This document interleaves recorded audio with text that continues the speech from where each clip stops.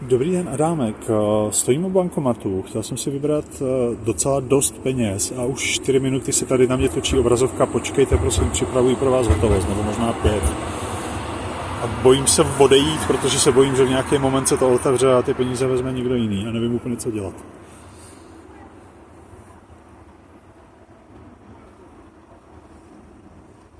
Přesně tak, modrá obrazovka, počkejte, prosím, připravujeme pro vás hotovost. I to tak vrčelo, jako kdyby ty peníze už vydávalo do schránky.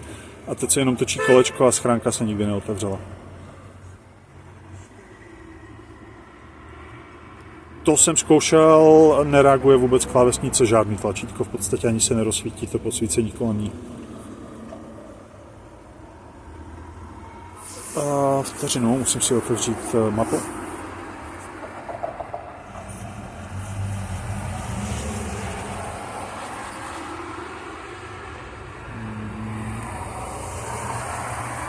Teď jsem si vás dal na handsfree, slyšíme se pořád? Ano, slyším vás dobře.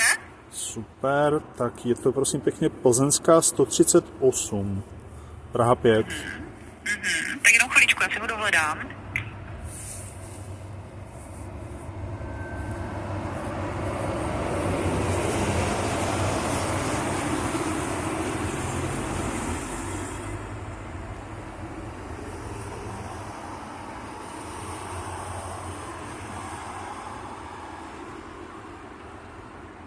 Já jsem teda kliknul na mapě na pekárnu, co je v podstatě nalepená na ten bankomat a tam má adresu Plzeňská 138. Nevidím na mapě přímo ten bankomat, ale můžu to zkusit ještě dohledat.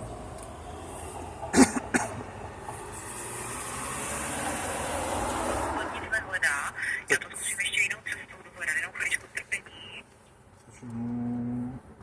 Já to zkusím taky. Jo. Zrušit. Podíváme, jestli už tady propsal ta transakce, jako by ten váš pokus o ten výběr, jestli to už jsem jako přišel vůbec do systému, to by mělo být vidět v reálném čase, tak chviličku.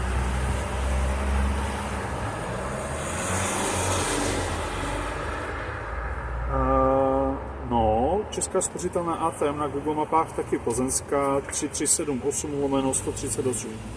Praha 5. Protože já jsem přímo na webových stránkách a když hledám Plzeňská 138, tak se mi nabídne Plzeňská 3378 a vidím to i ve vaší historii kartové, Jo. že je to 3378. Jo, je to ono, 3378. Teď už se mi povedlo kliknout na ten bankomat, předtím jsem ho neviděl. Ano, přesně tak.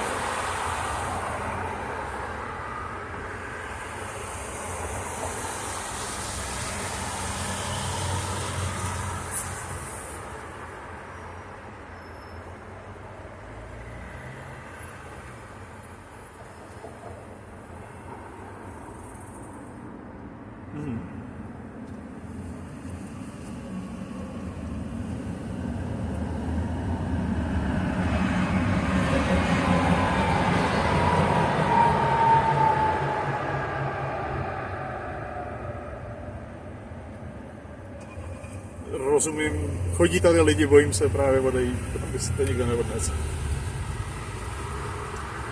Určitě. Děkuju.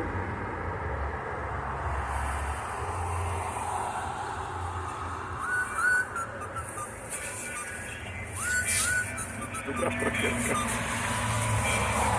A?